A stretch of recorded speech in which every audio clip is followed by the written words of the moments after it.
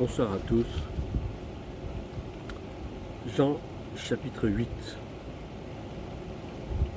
Jean chapitre 8, à partir du premier verset jusqu'au verset 11. C'est l'histoire de la femme adultère. Je lis le texte. Jésus se rendit à la montagne des Oliviers. Mais, dès le matin, il alla de nouveau dans le temple, et tout le peuple vint à lui.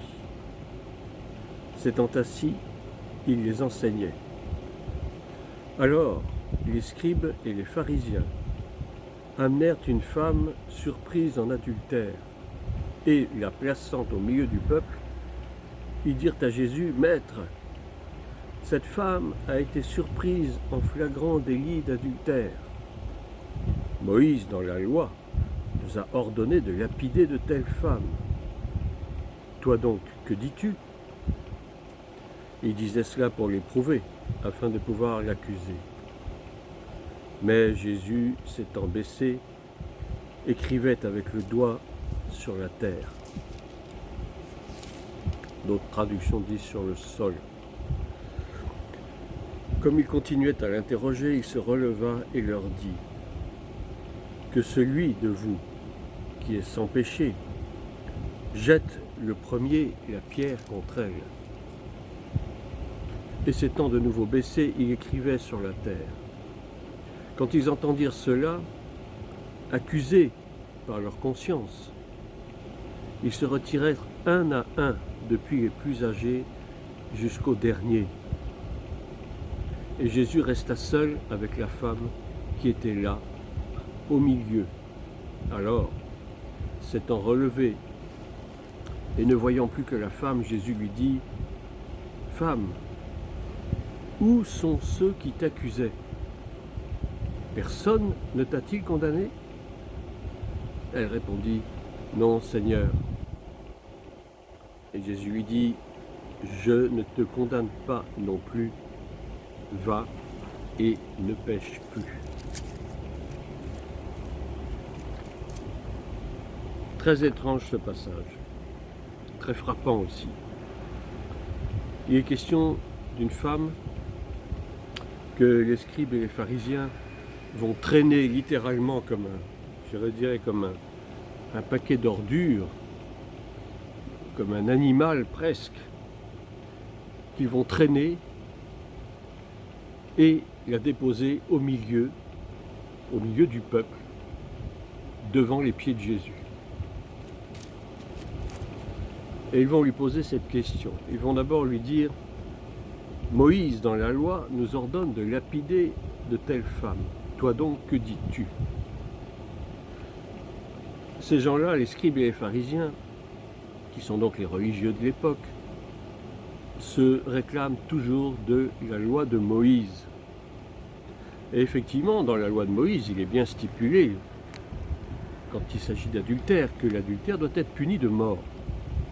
Si je vous lis par exemple Lévitique 20, verset 10, il est bien dit, si un homme commet un adultère avec une femme mariée, s'il commet un adultère avec la femme de son prochain, donc pas seulement une femme mariée, mais avec n'importe quelle femme, et particulièrement avec la femme de son prochain, évidemment, l'homme et la femme adultère seront punis de mort.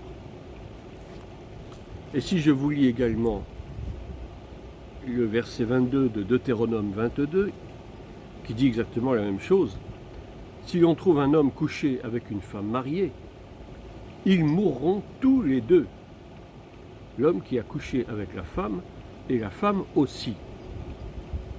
Tu ôteras ainsi le mal du milieu d'Israël. Donc il est bien et clairement indiqué dans l'Écriture, dans la Torah, que l'adultère est puni de mort. Aussi bien pour l'homme qui a péché que pour la femme qui a péché. Or, que se passe-t-il ici dans cette scène un peu surréaliste? Eh bien, il est question de la femme. Mais on n'entend pas parler de l'homme. Où est l'homme avec qui cette femme a commis l'adultère? Quand même curieux. Pourquoi est-ce que c'est la femme qu'on va traîner devant Jésus pour que Jésus, selon le secret espoir des pharisiens et des scribes, puisse condamner aussi cette femme? Et c'est là que justement les scribes et les pharisiens vont se rendre compte que Jésus est venu apporter autre chose que la loi de Moïse. Donc il traîne cette femme, mais on ne voit pas l'homme. L'homme peut-être s'est échappé, il a réussi à s'enfuir, mais en tout cas, il n'a pas été traîné devant Jésus et devant le peuple comme l'a été cette pauvre femme qui, effectivement, est coupable. Elle est coupable d'adultère, au dire du moins des pharisiens et des scribes. Maintenant, personne ne l'a vu, enfin Jésus lui-même ne l'a pas vu, mais il se range bien sûr à l'avis de ces religieux qui l'accusent publiquement d'avoir commis l'adultère. C'est quand même choquant de constater que c'est la femme qui finalement va payer pour les deux. Parce que selon la loi de Moïse, aussi bien l'homme que la femme doivent être punis. Et là, dans ce cas-là, c'est malheureusement uniquement la femme qui va faire les frais, enfin en tout cas qui risque de faire les frais de son péché. Il faut dire que dans cette société juive de l'époque, il y règne un certain machisme, je dirais. L'homme a tous les droits et la femme est toujours traitée dans une seconde part, enfin sur un second plan, si l'on peut dire. Et malheureusement, cette mentalité fait florès dans beaucoup de cultures, même encore aujourd'hui. Nous avons beaucoup de cultures, de sociétés où l'homme domine sur la femme. Et lorsqu'il y a un litige dans un foyer, eh bien, la plupart du temps, on porte l'accusation sur la femme, tandis que l'homme, n'est-ce pas, qui est le chef du foyer, va plutôt recevoir, non pas l'approbation, mais les excuses de ceux qui seront témoins d'une scène de dispute dans un couple. C'est encore plus vrai dans la société arabo-musulmane, où la femme ne compte vraiment pour rien, et on voit encore à l'heure actuelle, et on en verra certainement encore beaucoup plus, des femmes qui sont lapidées, effectivement, pour avoir fauté, entre guillemets, avec un homme, tandis que l'homme n'est nullement inquiété.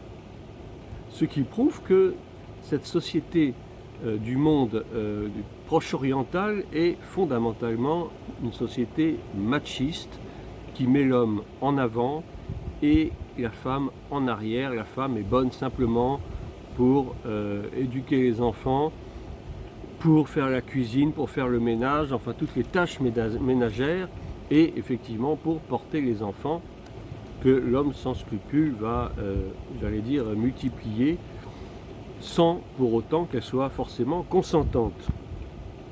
Donc voici que ces pharisiens et ces scribes, tout religieux qu'ils sont, se rangent dans la loi, par rapport à la loi de Moïse en disant qu'il faut lapider de telles femmes. Toi donc, que dis-tu? Disent-ils en s'adressant à Jésus. Et pendant ce temps-là, Jésus ne les regarde même pas. Jésus est occupé à regarder le sol et à écrire avec son doigt. On peut se demander ce qu'il est en train d'écrire d'ailleurs avec son doigt. On a bien entendu glosé sur ce petit passage en disant qu'il écrivait certainement des mots en araméen. Bon, on peut penser qu'il écrivait peut-être le mot miséricorde, qui sait. Peut-être que Jésus déjà, et même très certainement, Jésus avait forgé en son esprit qu'il allait lui-même faire miséricorde à cette femme. Et par conséquent, il allait confondre complètement les pharisiens et les scribes dans leur raisonnement humain, dans leur raisonnement légaliste. C'est un peu malheureusement ce qui se passe dans l'Église aujourd'hui, où nous avons beaucoup de chrétiens légalistes, des chrétiens qui se rangent sous la loi et qui très volontiers accusent tel ou tel d'un manquement, d'une mauvaise attitude, d'un mauvais comportement, et qui finalement souhaiteraient presque que ce frère ou cette sœur soit puni. C'est-à-dire qu'ils jugent très facilement, ils condamnent très facilement, alors qu'ils ne sont même pas capables de s'examiner eux-mêmes sur leur propre comportement. Or, Jésus a dit clairement dans l'Évangile, ne jugez pas de peur d'être vous-même jugés. Et vous serez jugés de la même mesure, avec la même mesure selon laquelle vous aurez jugé. Autant Jésus nous défend de juger, autant il permet de condamner les œuvres mauvaises, de poursuivre les œuvres des ténèbres et de les condamner. Mais jamais il est question de juger et de condamner qui que ce soit. Ce n'est pas l'homme que nous sommes appelés à juger et à condamner, mais ce sont les œuvres. Jésus lui-même nous a dit, condamner les œuvres infructueuses, dénoncer les œuvres infructueuses des ténèbres et condamner-les. Il n'a jamais dit de condamner les personnes qui étaient à l'origine de ces œuvres infructueuses. Et donc la réponse de Jésus sera, je dirais, lapidaire, si on peut employer ce jeu de mots. Il va se relever, il va les examiner un à un, en sondant leur cœur, en sachant très bien ce qui se trouve dans le cœur de ces hommes qui sont venus accuser cette pauvre femme, à moitié dénudée, qu'ils ont traînée comme un paquet, comme une bête presque. Et Jésus connaît très bien le cœur de ces hommes religieux, tout religieux qu'ils sont. Ils sont pleins de rapines, ils sont pleins de méchanceté, ils sont pleins eux-mêmes d'adultère. Ils sont adultères parce qu'ils professent la loi, mais leur comportement va contre la loi. Et c'est exactement ce qui nous arrive aussi souvent. Nous prêchons l'évangile et nous agissons en contradiction avec l'évangile. Ce qui prouve que nous aussi nous sommes adultères d'une certaine manière. Adultère ne veut pas dire forcément, il ne faut pas forcément le prendre dans le sens charnel, dans le sens physique, d'aller coucher avec la femme de son prochain ou pour une femme d'aller coucher avec le mari de son prochain. C'est pas ça, ce n'est pas de ce genre d'adultère-là je veux parler. En l'occurrence, effectivement, le texte nous parle d'un adultère charnel, d'un adultère physique, mais je veux étendre ce genre d'adultère à l'adultère spirituel qui consiste à faire autre chose que ce que la parole de Dieu nous dit de faire. C'est une façon de commettre l'adultère. Et Israël, on pourrait, la femme pourrait être assimilée à Israël, en ce sens qu'Israël a été adultère à maintes reprises. Israël s'est constamment détourné de son Dieu pour aller vers d'autres dieux. Et on pourrait très bien aussi ranger sous cette femme l'Église. On pourrait très bien penser que la femme représente aussi l'Église, cette Église moderne, cette Église moderniste même, je dirais, ce qui est encore pire, cette Église moderniste qui a tendance à travestir la parole de Dieu, à rajouter des choses et finalement à enseigner des choses qui sont fausses. Une Église qui est adultère, une Église qui a tendance à adorer l'homme, à adorer la créature plus que le Créateur. C'est pour ça que l'on voit très souvent dans nos églises des hommes et des femmes, des chrétiens, qui n'ont Dieu que pour leur pasteur, qui presque adorent plus leur pasteur que la parole de Dieu elle-même et que Dieu lui-même. En ce sens, on peut dire que l'Église est adultère. Et l'Église des derniers temps est une Église adultère. Alors, Jésus, qui a donc très bien discerné le cœur de ces religieux, va à son tour les mettre en accusation. Il va les prendre à leur propre piège. Il va dire, mais que celui qui donc n'a jamais péché, eh bien allez-y, ne vous gênez pas, jetez donc la pierre à cette femme, condamnez-la, exécutez-la, puisque c'est la loi qui vous autorise à le faire. Et c'est justement là qu'on voit la différence qu'il y a entre la loi de Moïse, telle qu'elle a été appliquée d'une façon légaliste à cause de la dureté du cœur des hommes, et la nouvelle loi que Christ est venu apporter au monde, qui est une loi de miséricorde, qui est une loi d'amour. Certes, la loi existe toujours. L'adultère est toujours un péché, l'adultère sera toujours un péché. Mais au péché répond la miséricorde de Dieu et non plus la condamnation. C'est très important. Et donc ces hommes, ces pharisiens, ces scribes, ont parfaitement compris que Jésus les mettait en accusation, les mettait face à leur propre péché, Et donc, la parole nous dit qu'ils se sont retirés un à un, depuis les plus âgés parce qu'effectivement, certainement, depuis fort longtemps, ils avaient une vie dissolue, jusqu'aux plus jeunes, et la femme se retrouve seule devant Jésus, qui va lui dire « Je ne te condamne pas ». La femme toute tremblante va lever la tête vers le Seigneur, pensant que peut-être que le Seigneur va quand même la condamner malgré cela, mais le Seigneur, qui est tout amour et tout miséricorde, lui dit « Personne ne t'a condamné ?» Elle répond « Non, Seigneur ». Certainement, elle est très étonnée, elle est très surprise, son cœur est en train de tressaillir de peur, de frayeur, et Jésus lui dit « Eh bien, moi non plus, je ne te condamne pas, va et ne pêche plus ». Et c'est là que Jésus lui a montré ce que c'était que la vraie miséricorde. Jésus n'est pas venu pour condamner le monde, mais Jésus est venu pour sauver le monde. Jésus n'était pas là pour condamner cette femme, pour la laisser se faire tuer par ces pharisiens hypocrites, mais Jésus était venu pour accorder sa miséricorde et son pardon à cette femme, avec bien sûr la condition « va et ne pêche plus ». Ce qui veut dire que si tu pêches encore une fois, eh bien je ne serai pas forcément là pour te délivrer de la griffe encore de ces religieux. Et si tu es encore surprise en adultère une prochaine fois, eh bien sache que tu cours des risques. Mais moi qui aujourd'hui te parle, moi qui suis là aujourd'hui, moi qui ai fait que je suis sur ton chemin aujourd'hui, je ne te condamne pas. Et donc, chacun d'entre nous doit s'examiner lui-même avant de condamner les autres, avant de juger qui que ce soit. Encore une fois, nous ne sommes pas appelés à juger nos frères et nos sœurs. Dieu lui-même est juge. Mais nous avons le droit de dénoncer les œuvres des ténèbres et de les condamner. Mais dénoncer les œuvres et les condamner ne signifie pas que nous devons condamner ceux qui pratiquent ces œuvres-là. C'est Dieu seul qui les juge, particulièrement que ce soit dans l'Église, que ce soit en dehors. Et la Bible dit que même pour ceux du dehors, Dieu lui-même les jugera. Mais vous, examinez-vous vous-même, et puis ensuite, manifestez de l'amour les uns envers les autres. Car celui qui manifeste de l'amour, l'amour couvre une multitude de péchés.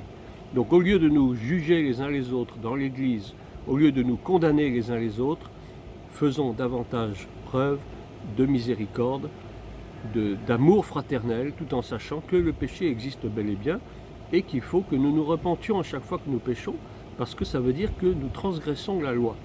Et la loi est toujours valable, et elle sera valable jusqu'à ce que Christ revienne régner en majesté, et elle sera toujours valable bien sûr pour les nations, mais pour nous qui aurons été sauvés, eh bien la loi n'aura plus de prise sur nous. Voilà, ces quelques paroles, peut-être pour réconforter certains qui se sentent peut-être jugés, qui se sentent peut-être condamnés, que ce soit dans leur église, que ce soit au travail. Personne n'a le droit de vous juger, personne n'a le droit de vous condamner, mais examinez-vous vous-même et demeurez dans la foi. Père, je te rends grâce pour ces quelques paroles. Je prie pour que cette exhortation touche les cœurs de chacun, pour que nous apprenions, Seigneur, non seulement bien sûr à respecter la loi que tu nous as donnée, cette loi divine, cette loi immuable, cette loi éternelle, mais que nous apprenions aussi à user de miséricorde, de compassion et d'amour envers notre prochain. Parce que tout cela, c'est de l'humilité, et l'humilité précède la gloire. Merci Seigneur, merci pour tous ceux qui ont écouté cette vidéo, et que ta grâce nous accompagne. Amen. Soyez bénis. À bientôt.